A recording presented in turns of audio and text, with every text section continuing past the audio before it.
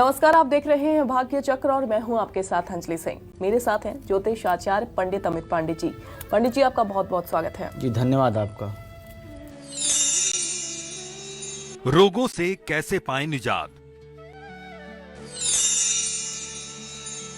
घर की नकारात्मक ऊर्जा कैसे होगी दूर?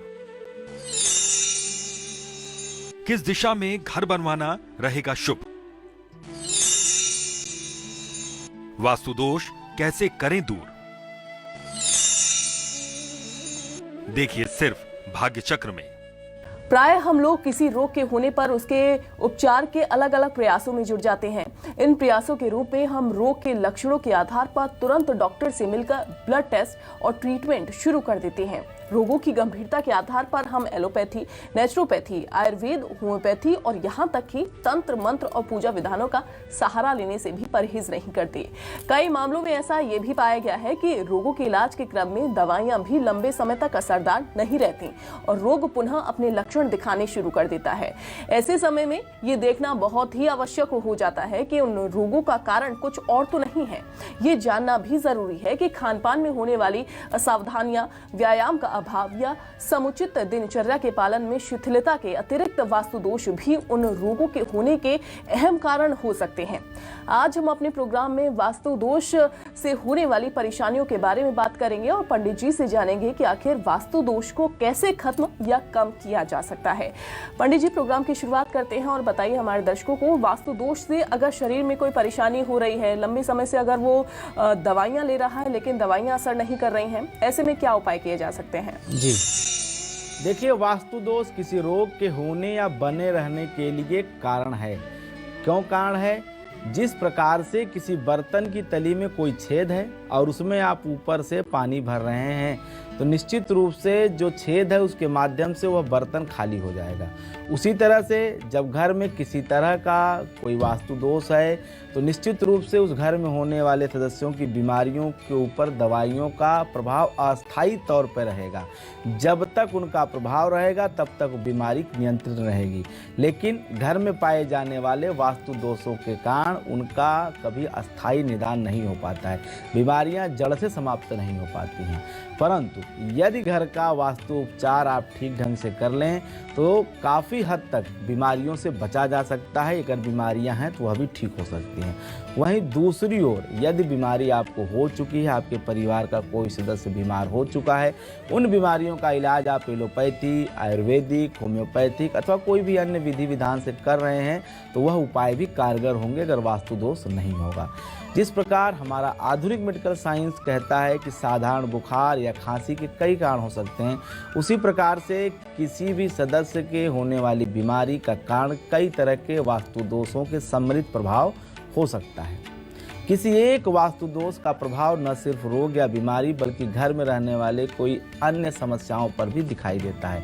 जीवन के कई क्षेत्रों पर प्रभाव दिखाई देता है वास्तु दोष का। यही कारण है कि किसी सदस्य की रोग व्याधि वास्तु लक्षण उस घर की समग्रता से अच्छी तरह से देखने पर ही निर्णय करना चाहिए, तभी आप जान सकते हैं। परंतु उन बीमारियों को जानने के कुछ सामान्य लक्षण भी हैं जिनको समझने के लिए किसी विशेषज्ञ की आवश्यकता नहीं है, अपितु आप स्वयं भी जान सकते हैं। पर उसके पूर्व आपको एक बात बताता हूँ कि अगर किसी बीमारी के बारे में आपको समझना है तो सबसे पहले यह समझें कि उस घर में रहने वाले उस सदस्य की हैसियत क्या है, उसकी स्थिति क्या है। जैसे वह उस घर का गृहस्वामी है, गृहस्वामिनी है, गृहस्वामी का बेटा है, बेटी है, उस बीमार व्यक्ति का गृहस्वामी से सीधा संबंध क्या है। यह तमाम ऐसी बातें हैं जिसको आप समझ के रोग और रोग की हैसियत का पता लगा सकते हैं, वास्तु दोष का पता लगा सकते हैं। ऐसा इसलिए आवश्यक होता है क्योंकि जिस प्रकार हम ज्योतिष शास्त्र में जन्म कुंडली देखते हैं और लग्न के आधार पर उसके सगे संबंधियों के बारे में मालूम करते हैं, जन्म कुंडली देख के उसके रिश्तेदारों के बारे में मालूम करते हैं, उसी प्रकार से वास्तुशास्त्र के नियमों के अनुसार प्रत्येक दिशा, कोण घर के किसी न किसी सदस्य का प्रतिनिधित्व करते हैं और इसी आधार पर उस घर में किसी विशेष दिशा या कोण में उत्पन्न दोषों के आधार पर उस सदस्य की बीमारी का आकलन तथा उसका उपचार किया जा सकता है। घर एवं भूमि की दिशा एवं कोण के अनुसार वास्तु दोषों का प्रभाव परिवार के किसी सदस्य पर दिखाई दे सकता है। जैसे ईशान कोण, जिसको हम उत्तर पूर्व के कोने को कहते हैं, इसमें उत्पन्न होने वाले वास्तु दोष का प्रभाव वैसे तो पूरे घर पे रहता है, लेकिन जो सर्वाधिक प्रभाव रहता है वंश के ऊपर होता है, जिसको हम प्रथम पुत्र या संतान कहते हैं, और गृहस्वामी पर दिखाई देता है। यद्यपि गृहस्वामी के स्वास्थ्य का सीधा संबंध नैऋत्य कोण दक्षिण पश्चिम है, क्योंकि नैऋत्य कोण में ही गृहस्वामी के रहने का स्थान कहा गया है वास्तुशास्त्र में। तथापि सामान्यतः सभी प्रकार की शारीरिक समस्याओं के मूल में ईशान कोण के दोष का प्रभाव अवश्य देखा गया है। ईशान कोण को वास्तुशास्त्र में देवस्थान कहा गया है, शुद्ध स्थान कहा गया है, हल्का स्थान कहा गया है। ऐसे में जब दैवीय प्रकोप होता है किसी परिवार के ऊपर, कोई अचानक सी आपदा आती है, तो ऐसे में समझिए कि ईशान कोण आपका दूषित है। कभी आप देखते हैं सब कुछ ठीक चल रहा होता है, अचानक से कोई बड़ी बीमारी किसी परिवार के सदस्य को हो जाती है। यकीन जानिए इसका कारण कहीं न कहीं एक कारण आपके वास्तु जिसमें आप निवास करते हैं उसका ईशान कोण हो सकता है। अगर आपका ईशान कोण साफ है, बिल्कुल स्वच्छ है, वहाँ पे किसी तरह की गंदगी नहीं है, और वहाँ का स्थान पूजा के लिए आपने निर्धारित कर रखा है, तो देवता आपकी रक्षा करेंगे, ईश्वर आपकी रक्षा करेंगे। कभी किसी प्रकार की समस्या अगर आपके ऊपर आती भी है तो दैव कृपा से उसका निदान, उसका रास्ता आपको स्वयं मिल जाएगा, और कुछ ही दिनों में आप पुनः जो है अपनी सामान्य जीवन जीने लगेंगे, बीमारियों से मुक्त हो जाएंगे। इसके विपरीत अगर ईशान दूषित है तो निश्चित रूप से बीमारियां, समस्याएं आपको सदैव परेशान करती रहेंगी। इसलिए अपने ईशान कोण को साफ रखें, देवताओं की पूजा के लिए निर्धारित करें, या वहाँ पे आप शिक्षा दीक्षा का कार्यक्रम कर सकते हैं, बच्चों को पढ़ने के लिए वो स्थान को बना सकते हैं। किसी भी तरह की गंदगी वहाँ पे करना और रखना आपके लिए घातक हो सकती है। कभी कभी ये देखा जाता है कि घर का निर्माण वास्तु सम्मत कराने के बावजूद भी उस घर में रह रहे लोगों को तमाम तरह के शारीरिक कष्टों का सामना करना पड़ता है। आखिर क्यों ऐसा होता है? वास्तु दोष में अलग अलग दिशाओं और कोणों की क्या अहमियत होती है, पंडित जी से जानते हैं। पंडित जी बताइए कि अगर घर का निर्माण करवाना हो तो वास्तु दोष को किस तरीके से ध्यान में रखना चाहिए? जी, प्रायः लोगों में ऐसी भ्रांति होती है कि वास्तु सम्मत गृह निर्माण करवा लेने के बावजूद उसमें रहने पर विभिन्न प्रकार के शारीरिक कष्टों का सामना करना पड़ सकता है। वास्तु सम्मत घर में रहने पर भी कई तरह के रोग हो जाते हैं। इससे उनका वास्तुशास्त्र पर विश्वास कम हो जाता है। भाई हमने सब कुछ नियम कानून के तहत किया, फिर भी हम क्यों परेशान हैं, फिर भी हमारे घर के लोग क्यों बीमार हैं, क्यों इतनी दवाइयाँ खा रहे हैं। परंतु यहाँ पे एक बात मैं आपको ध्यान दिला दूँ कि ऐसा प्रभाव आधे अधूरे वास्तु नियमों के पालन करने के कारण से होता है, एक बात। और दूसरी बात, वास्तु दोष वहाँ पे लागू नहीं होता है जब आप पहले से ही किसी बीमारी से जूझ रहे हो, उसके बाद किसी वास्तु के अच्छे बने हुए मकान में प्रवेश करते हैं। तो जो बीमारी पहले से गंभीरता से आपको जकड़े हुए है उसमें इतना जरूर लाभ होगा कि आगे नहीं बढ़ेगी, बिगड़ेगी नहीं, लेकिन जहाँ पे वह रुकी हुई वहाँ पे वह उतना प्रभाव जरूर आपके शरीर को देती रहेगी। हाँ, ऐसा प्रभाव काफ़ी लंबे समय तक किसी घर में रहने के कारण उस घर की दीवारों में होने वाली टूट फूट और उसकी तुरंत मरम्मत नहीं करवा पाने के कारण उत्पन्न होने वाले दोषों का कारण भी हो सकता है। जैसे आपने वास्तु दोष से मकान बनाया, लेकिन साल 2 साल 3 साल में किसी वजह से घर की किसी दीवार में दरार आ गई है, तो वह वास्तु दोष का जो आपने पालन किया है वह नियम अब यहाँ भंग हो गया, तो इसका नकारात्मक प्रभाव उस घर में रहने वाले सदस्यों के ऊपर जरूर आएगा। इसलिए कुछ मुख्य वास्तु दोष हैं जिनके आधार पर मैं आपको रोगों के बारे में बताऊंगा।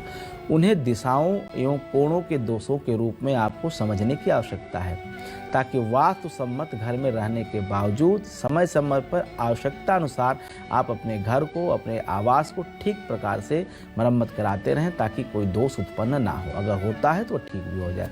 जैसे सबसे पहले हम बात करते हैं, जैसा अभी मैंने पहले बताया, ईशान कोण, उत्तर पूर्व का कोना। घर में प्रथम पुत्र, प्रथम संतान और वंश वृद्धि की बात देव कृपा से होती है, तो ईशान कोण का सीधा संबंध होता है प्रथम पुत्र या प्रथम संतान से। तो ऐसे में इस दिशा की उपदिशा होने वाले किसी भी तरह के वास्तु दोष का कारण जो है आपके प्रथम संतान के ऊपर दिखाई देगा। इसके अन्य प्रभावों के अलावा आपके गृहस्वामी की सेहत, प्रथम संतान की सेहत और कहीं न कहीं इसकी जो उपदिशा है, ये सीढ़ी अगर है तो कहीं न कहीं यह शारीरिक अथवा मानसिक बीमारी के संकेत देता है और उसकी संभावना बढ़ जाती है। अब बात उत्तर पूर्व के गंदगी वाली वस्तुओं की। अगर आपने उत्तर पूर्व ईशान को गंदक बना रखा है तो इसके कारण से उधर से उत्पन्न होने वाली जो सकारात्मक ऊर्जा है वह कहीं न कहीं नकारात्मक में परिवर्तन हो जाएगा और इस तरह से उस स्थान की, उस दिशा की अशुद्धि होती है तो उसका असर आपके पूरे परिवार के ऊपर दिखाई देगा और पूरे परिवार के लोगों की सेहत के ऊपर नकारात्मक रूप से झलकेगा। उस दिशा में अगर आपने कोई टॉयलेट बना रखा है, कबाड़ इकट्ठा कर रखा है तो भी यह स्वास्थ्य पर नकारात्मक प्रभाव डालता है। अब बात करते हैं आग्नेय कोण की। आग्नेय कोण मतलब दक्षिण पूर्व कोना। वैसे तो यह शुक्र की दिशा मानी जाती है, शुक्र ग्रह से प्रभावित होता है। इस उपदिशा में होने वाले दोषों का सीधा असर घर की महिलाओं और द्वितीय संतान पर दिखाई देता है। अगर ऐसे किसी सदस्य की बीमारी का कारण आपको खोजना हो तो उस दिशा में होने वाले वास्तु दोषों को खोजें तो निश्चित रूप से आप बीमारी का कारण पता कर सकते हैं। अगर आग्नेय कोण में घर की छत को आगे आपने बढ़ा दिया है या चार दीवारी तक मिला दिया है तो कहीं न कहीं इसका परिवर्तन आपके लिए अच्छे की महिला की सेहत अत्यंत खराब हो सकती है, गंभीर बीमारी के रूप में परिवर्तित हो सकती है। इस दिशा में यदि पानी का स्रोत है, सीढ़ी के नीचे है तो निश्चित रूप से यह पेट और उदर विकार आपको देगा। सर्जरी की संभावना भी बढ़ जाती है। अब बात करते हैं नैऋत्य कोण की। नैऋत्य कोण दक्षिण पश्चिम के कोण को कहते हैं। यह वास्तु में गृहस्वामी का स्थान कहा जाता है। घर के मालिक के रहने का कमरा इसी कोने में बनाया जाता है। यह सबसे भारी कमरा होता है। यह हमेशा वजनदार इसको रखना चाहिए। हमेशा पहले निर्माण नैऋत्य से ही शुरू करना चाहिए। पहली दीवार नैऋत्य से ही आरंभ करनी चाहिए। नैऋत्य अगर ऊंचा होगा, नैऋत्य अगर हमेशा बढ़ा हुआ होगा, वृद्धि लिए होगा तो निश्चित रूप से मकान का निर्माण सकुशल संपन्न हो जाएगा। हाँ, इसका सीधा शारीरिक अगर प्रभाव देखा जाए तो गृह स्वामी के ऊपर शारीरिक कष्ट के रूप में दिखाई देता है अगर नैऋत्य में दोष है, नैऋत्य दूषित है, क्योंकि यह घर के मालिक के अलावा घर के तमाम और सदस्यों की अचानक से जो बीमारियां उत्पन्न होती है, सब कुछ ठीक रहने पर अचानक चोट लग जाए, चपेट लग जाए और दुर्घटना हो जाए तो कहीं न कहीं नैऋत्य ऐसे में दोषी समझा जाता है, नैऋत्य का दोष दिखाई देता है। इस दिशा में यदि आपने किचन बना रखा है तो उस घर की महिला के ऊपर कई तरह के प्रकोप हो सकते हैं बीमारियों के। इसलिए इस दिशा को आप बिल्कुल ठीक रखें, इसमें किसी तरह का ऐसा निर्माण न करें, सिर्फ गृह स्वामी के लिए दें और इस दोष को निवारण करने के लिए आप स्वयं अपने विवेक से या किसी वास्तुशास्त्री के निर्देश पे आप इसको दूर कर लें तो निश्चित रूप से किसी भी तरह की बीमारी का सामना नहीं करना पड़ेगा। अब बात करते हैं वायव्य कोण की। वायव्य कोण वायु का स्थान, चंद्रमा का स्थान, उत्तर पश्चिम का कोना। इस उपदिशा के कारण से किसी भी दोष का सीधा असर घर की माता या तीसरी संतान के ऊपर होता है। इसके अलावा यदि इस दिशा की छत को आगे बढ़ा दिया जाए, चाहे दीवारी मिला दिया जाए तो कहीं न कहीं इस रूप का परिवर्तन बहुत ठीक नहीं होता है, कहीं न कहीं बहुत दुष्परिणामकारी होता है और इसके कारण गृहस्वामी की कष्टदायक स्थिति हो जाती है, शारीरिक कष्ट बढ़ जाता है। इस दिशा में यदि आपने किचन बना रखा है तो घर की महिलाओं को तमाम नकारात्मक प्रभाव देखने पड़ सकते हैं, उनको स्टोन और तमाम अन्य बीमारियों का सामना करना पड़ सकता है। इसलिए ये जो मैंने आपको 4 दिशाएं बताए हैं, जो इनकी दिशाओं की उपदिशा हैं, इनको आप ठीक रखें, क्लियर रखें तो निश्चित रूप से आपको किसी भी तरह की स्वास्थ्य की परेशानियों का सामना नहीं करना पड़ेगा। तो पंडित जी ने आपको बताया कि घर का निर्माण अगर आप करवा रहे हैं तो उस दौरान वास्तु दोष को किस तरीके से ध्यान में रखना चाहिए।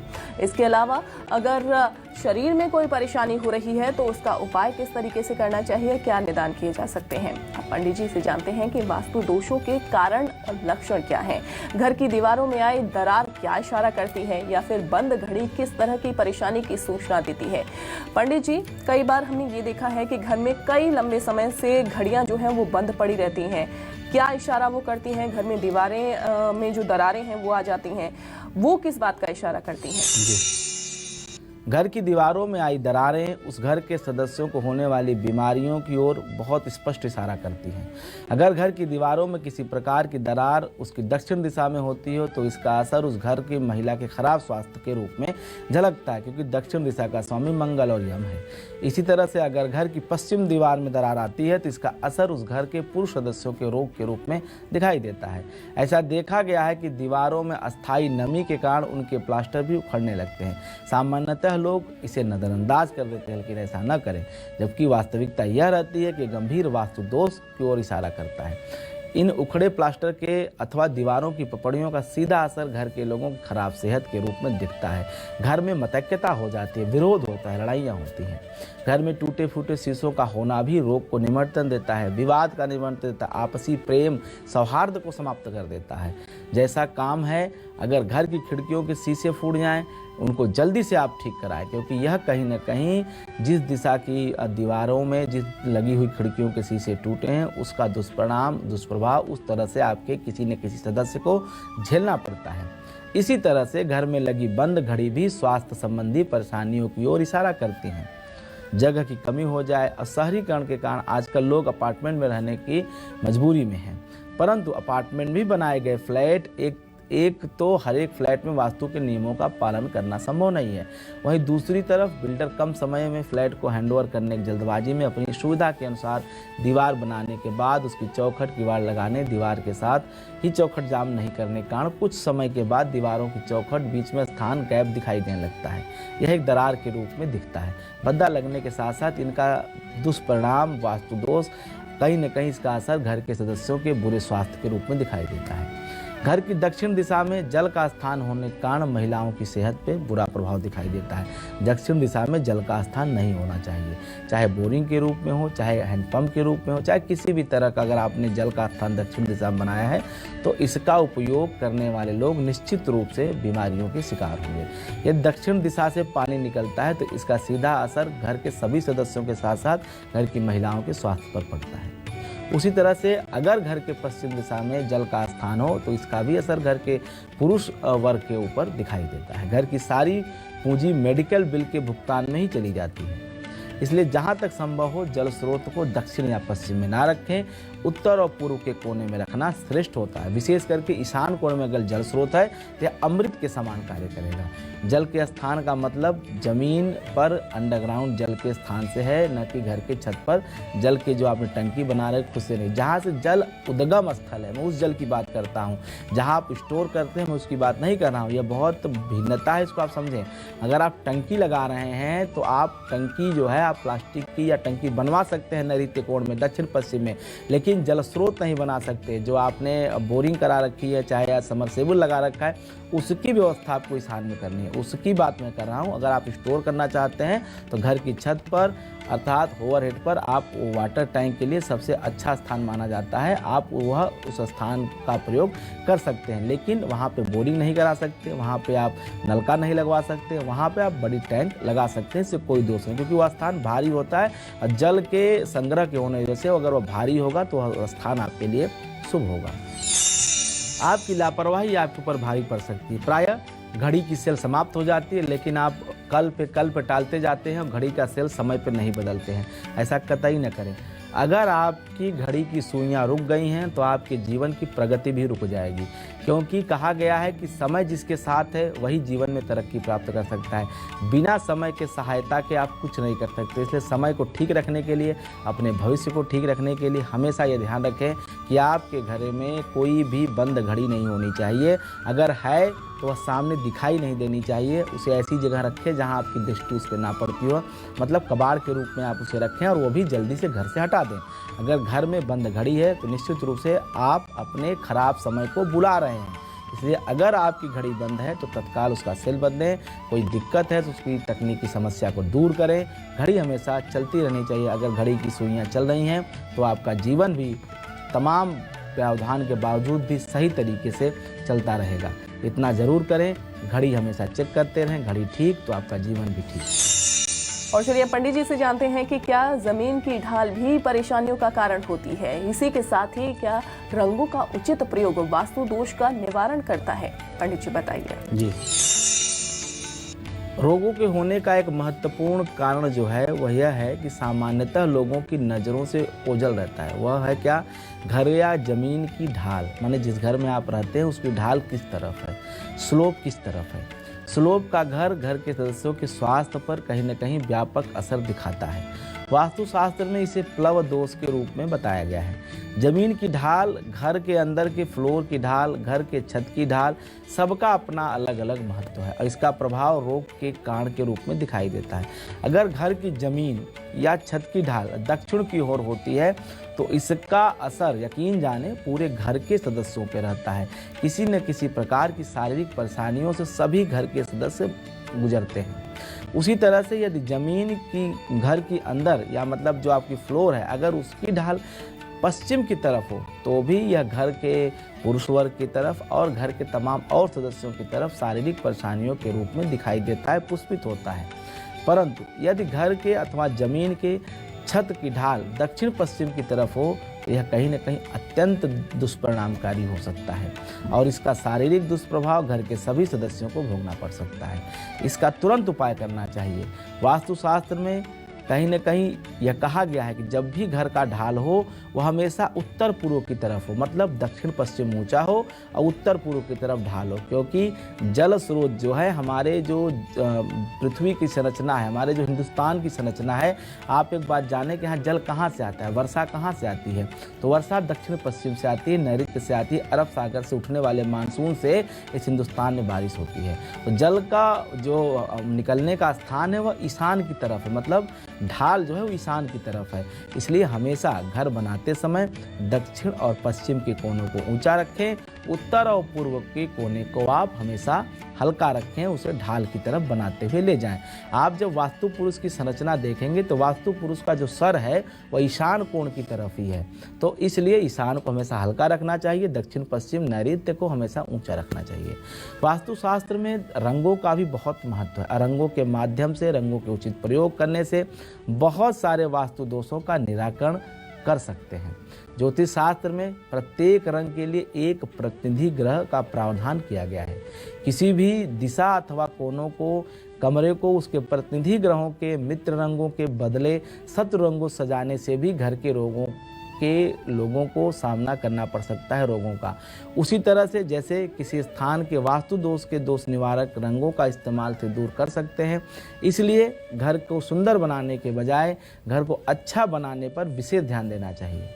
सुंदर सा घर देखने में सबको पसंद आ सकता है, लेकिन यह आवश्यक नहीं है कि उसमें रहने वाले लोग भी प्रसन्न हो, सुखी हों।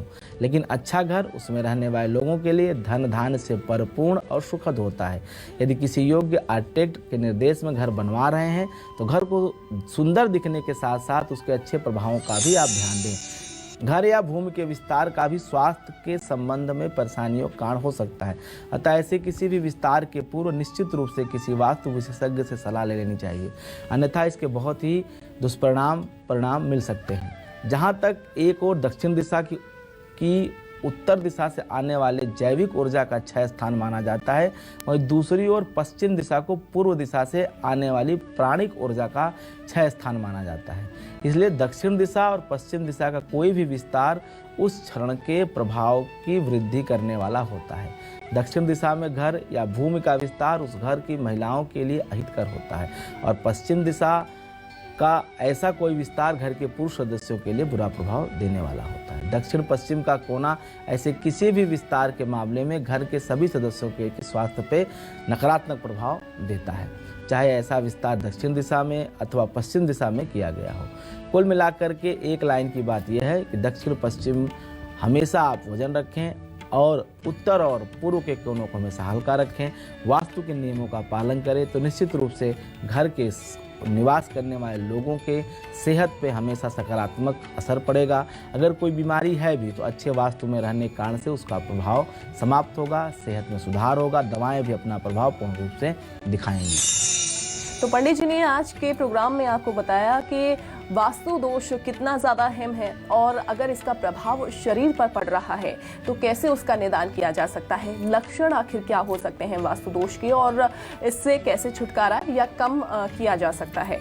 पंडित जी आपका बहुत बहुत धन्यवाद। जी धन्यवाद आपका। भाग्य चक्र में आज बस इतना ही। आगे के एपिसोड में हम कुछ और विषयों पर पंडित जी से विस्तार से चर्चा करेंगे, लेकिन आज हमें दीजिए इजाजत और आप देखते रहिए न्यूज़ 24 मध्य प्रदेश छत्तीसगढ़। नमस्कार। नमस्कार।